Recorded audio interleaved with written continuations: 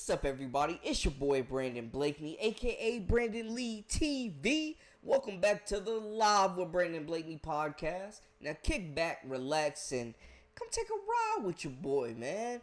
So we got some really interesting news, man, to be honest with y'all. I thought it was so cool. LeBron James, arguably the GOAT, the face of the NBA, currently the most popular athlete on the planet, potentially, well, at least in America, because Messi a little different, but just super outspoken, multi-MVP, multi-NBA champion, businessman, future billionaire LeBron James came out and showed some support and had some comments about Caitlin Clark and what she's dealing with, because obviously being a young phenom like himself was signing multi-million deals at her age, offering up some advice and just some respect, some mutual respect. Game recognized game.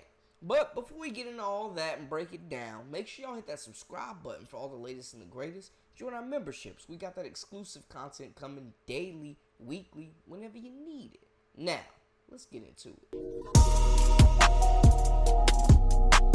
You are now locked into the Live with Brandon Blakeney podcast. Here is your host, Brandon Blakeney.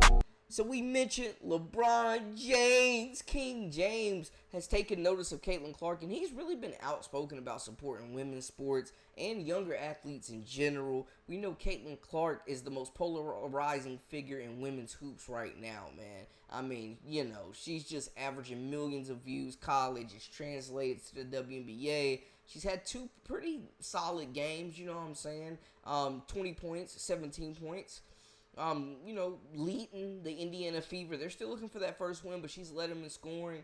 She's had some really good assists. Like, she's had some solid outings, and she's cut down on the turnovers. We know generally and genuinely she has improved every game that they've played. And yeah, they're still searching for that first win, but man, they played against the Connecticut Sun and the New York Liberty, y'all. Like, that is no easy task. That's two of the best teams in the entire WNBA. It's no cupcake walk, and they've been physical with her. I mean, it's looking like Jordan Rules out there. Caitlin Clark getting knocked around. We know there was a big outroar of comments for her and against her when that shoe was announced. She would be getting her signature shoe, signing a multi-million-dollar deal with Nike like LeBron did as well.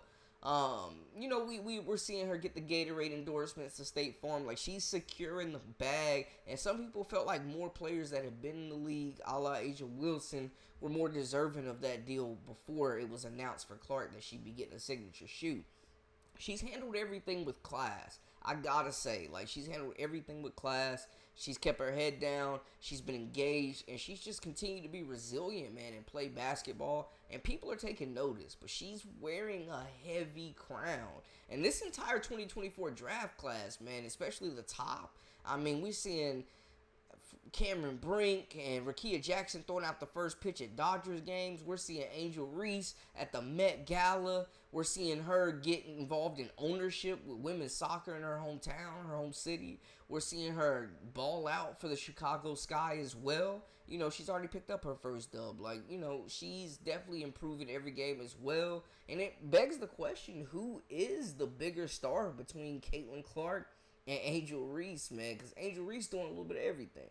I do everything. I'm a jack of all trades. I'm a Barbie. So, Barbie puts on every different hat. She's a doctor. She's a cook. She's a basketball player. She's a model. I do so many different things. So I don't want to just justify myself as just an athlete because I was a student athlete. I'm a model. I do so many different things. So just being able to be a jack of all trades is something I've always wanted to do because the basketball does stop one day. I know, if I stop playing basketball today, I'll still have an impact. People are still going to talk about me and still treat me the same. So just being able to do that and know that without basketball, I'm still somebody. It's just something that's super important to me. I thought that was cool. They're showing versatility. We're seeing her and Camila Cardoso out. They're making moves. This draft class is special. Their impact has been major, and we're seeing them. We just seen Cameron Brink on the Paul George podcast.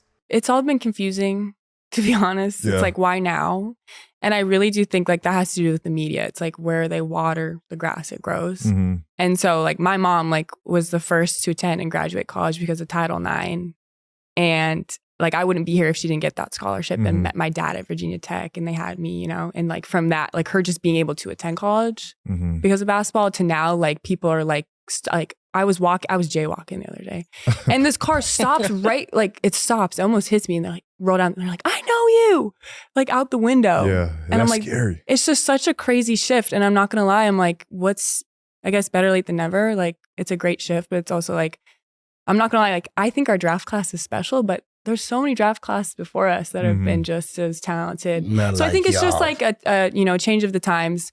And I just hope like the vets know, and like I've been really vocal about this, but like I hope they know that it's so much respect from my end. And shout out to her during that interview, giving flowers to her class as well as the players that came before them that kicked the door open, that paved the way. But we mentioned LeBron even came out in support of Caitlin Clark. King James said, I'm rooting for Caitlin Clark because I've been in that seat before. I'm getting the same thing from my son, getting a lot of animosity and hatred towards him. There's a very small number of men and women that actually get to live out their dream of playing the professional sport.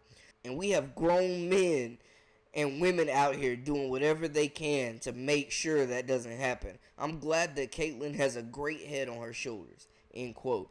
And we know Bronny has faced a lot of criticism, especially from NBA scouts that have been at the combine, calling him a poor man's Davion Mitchell, who's he's a dog, but saying he's undersized, he really isn't a great shooter, he's a liability on defense apparently. Like they're saying all kinds of stuff, and man, it's looking like a couple years ago we were expecting him to contend for maybe a top 10, for at least a first round pick. Now it's looking like it might be a reach if he gets taken in the second. I think the Lakers grab him. I've seen the Mavericks may have some insight and they may want to grab him too. Even the Utah Jazz as well may snatch him in the early second round. So we've heard, but we know that, King James is giving his kid the roadmap. Bronny has a great foundation, great support system, and I think he'll be just fine. But Caitlin Clark continues to move mountains, and along with this 2024 draft class, man, they've just continued to impress, elevate the women's game. I mean, we've seen games last week, 3 of them hit over 1 million views, like over 1 million watchers, like viewership. There wasn't a game last year that hit that, man. Like, it's crazy the impact that this class is having. And it's major, Caitlin Clark. I mean, we're seeing the charter flights. We're seeing security. We're seeing the league elevate to their star power. It's not just Caitlin Clark. There's a lot of stars in the WNBA. But she's having a major impact. And I think this class as a whole is having a major impact. And when you got King James, that's good company. That's talking about you, that recognizes your game, that recognizes your hustle. Hey, that's major, man. That's the ultimate salute. So, y'all let me know how y'all feel in the comments, man. It's just interesting to see the uptick in the attention and the resources that are being poured into women's basketball now. Y'all holler at your boy. Let me know how y'all feel about the situation. That's a wrap for us. For all the latest and the greatest, I am Brandon Blakeney, a.k.a. Brandon Lee TV. Until next time, hey, we out.